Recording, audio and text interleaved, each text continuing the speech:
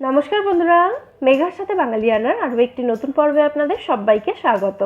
আজ এনেছি কালো জিরে, কাঁচা লঙ্কা এবং কিছু সবজি দিয়ে ইলিশ মাছের পাতলা ঝোলের রেসিপি। ইলিশ মাছের নিজস্ব স্বাদ এবং গন্ধ বজায় রাখার জন্য এই রান্নায় ভীষণই ন্যূনতম কিছু মশলা ব্যবহার করা হয়, কিন্তু তাও এই রান্নার স্বাদ হয় একদম অমৃতসম। ভীষণ সহজ একটা রেসিপি, তাহলে চলুন ঝটপট দেখে নেওয়া যাক। প্রথমে মাছটা আমাদের ভেজে নিতে হবে। কড়াইতে 2 টেবিল চামচ সর্ষের তেল ভালো করে গরম করে নিয়ে আমি আগে থেকে নুন হলুদ মাখিয়ে রাখা ইলিশ মাছের টুকরোগুলো দিয়ে একদম এপিটোপিট করে ভেজে তুলে নিচ্ছি। একটা পিঠ 30 সেকেন্ড করে আমি এখানে ভেজে নিচ্ছি, আর এই সময় গ্যাসের ফ্লেমটা কিন্তু মিডিয়াম রেখেছি। আমি মাছগুলোকে কিন্তু খুব বেশি ভাজার প্রয়োজন নেই। একদম এপিটোপিট করে ভেজে আমি মাছগুলো তুলে নিলাম।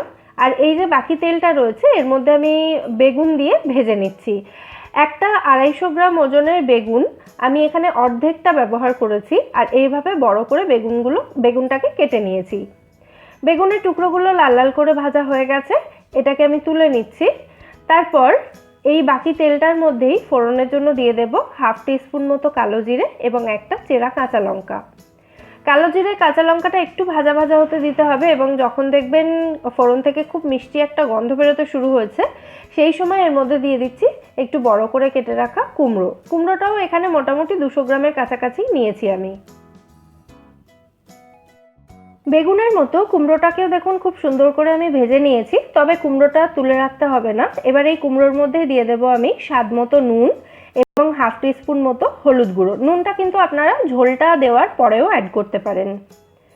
হলুদের কাঁচা গন্ধ চলে যাওয়া পর্যন্ত এটাকে একটু ভেজে নিচ্ছি আমি। 30 থেকে 40 সেকেন্ড মতো নাড়াচাড়া করে একটু ভেজে নিলেই দেখবেন হলুদের কাঁচা গন্ধটা চলে যাবে।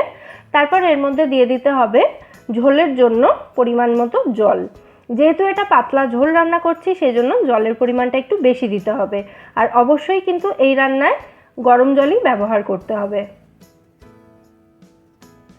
জলটা দেওয়ার পর ভালো করে এটাকে মিশিয়ে দিয়ে মিডিয়াম ফ্লেমে এটাকে ঢাকা দিয়ে রান্না করতে হবে কুমড়োটা একটু নরম হয়ে আসা পর্যন্ত। প্রায় 5 মিনিট মতো রান্না করার পর আমি ঢাকটা খুলে নিয়েছি। এবার একটু চেক করে নেব যে কুমড়োটা একটু নরম হয়েছে কিনা।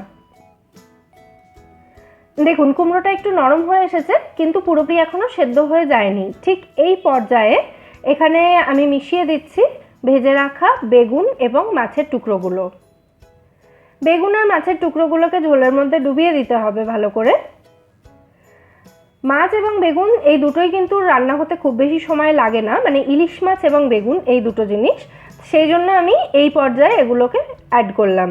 আর তারপর দিয়ে দিচ্ছি এখানে স্বাদ মতো চেরা কাঁচা লঙ্কা। যে যেমন ঝাল পছন্দ করেন সেই অনুযায়ী এখানে কাঁচা লঙ্কাটা দেবেন।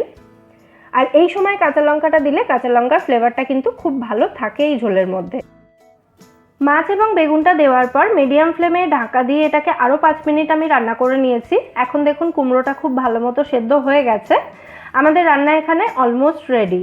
এবার আমি গ্যাসের ফ্লেমটা অফ করে দিলাম, দিয়ে কড়াইটাকে ঢাকা দিয়ে এভাবেই রেখে দেবো 5 মিনিট মতো স্ট্যান্ডিং টাইমে। তারপর আমাদের এই ইলিশ মাছের পাতলা ঝোল একদম রেডি সার্ভ করার জন্য।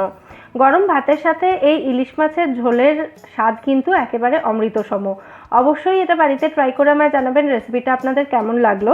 রেসিপি ভালো লাগলে ভিডিওটাকে একটা লাইক এবং শেয়ার করে প্লিজ আমার চ্যানেলটা সাবস্ক্রাইব করে নেবেন। আর পাশে থাকা বেল আইকনটা কিন্তু অবশ্যই ক্লিক করে দেবেন প্রত্যেকদিন রেসিপি আপডেট পাওয়ার জন্য। ফিরে আসবো নতুন কোনো রেসিপি নিয়ে। সবাই খুব ভালো থাকবেন।